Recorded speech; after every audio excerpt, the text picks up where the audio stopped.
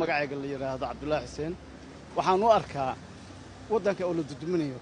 in wax qaban kara shimbirna lagu maamulin karo dhigaas wax alla wuxuu qaban kara haba yaraatay ma jirto wadankana ninka qabanayo oo maamultay soo gaarsiyo heerkan gaarsiyo waa la ogyahay marka ninka geesiga ah waa ninka dadkiisa iyo dalkiisa u samra u dulqaata ninkaas lagu aamin karaa wadanka laakiin inaan wadankiisii ba burburiyay wadan kalaan haddana Soomaaliyan dhisaa cid ka maqlaysa ma laha wax ka rumaysanayaan ma laha taas aan u arkaa wallahi horta saan ku sheegay ba ninka geesiga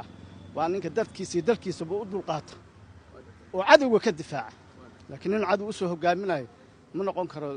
madaxweyne wadankiisu qaban la wallahi taas uu ku qaldan kursigana ilaahay baa qoray ninku ilaahay siiyo ayuu maartay ay ku guulaysanay farmaajo hadduu noqdo hadduu nin kala ba noqdo ninku ilaahay qoran baa ku guulaysanay laakiin se wuxuu isagu bedel karo wuxuu ku bedel kar ma laha waa marxamani waxa la yiraahdaa Maxamed Maxamuud Duqow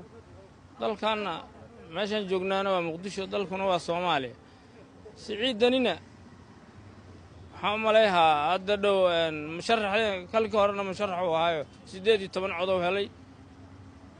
kalkaasna lama aqoonin hadda waa la yaqaanaa Soomaalidu laakiin waxa la yiri ninka ariga soo celi waayay geela u dirsataa geela xoog weyn ninka ariga soo celi waayay geela u dirsataa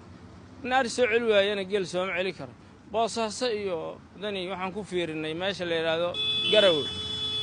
waxaan qabyaalad ahayn iyo inuu kala qoqobo bahdir iyo nimankii uu ka dhashay oo jifada ahaa bahdir iyo bahdul mahanto weerar isaga hulgeeyay subaxii dambe waxbana uma harin ma waxay dhacaa laga hadlaa waxa la doonayaa marka daniya musharaxa waxay la mid tahay madaxweynaha Kenya musharax Soomaaliya oo xilka madaxweyne ka raba taasay la mid tahay daniya musharaxa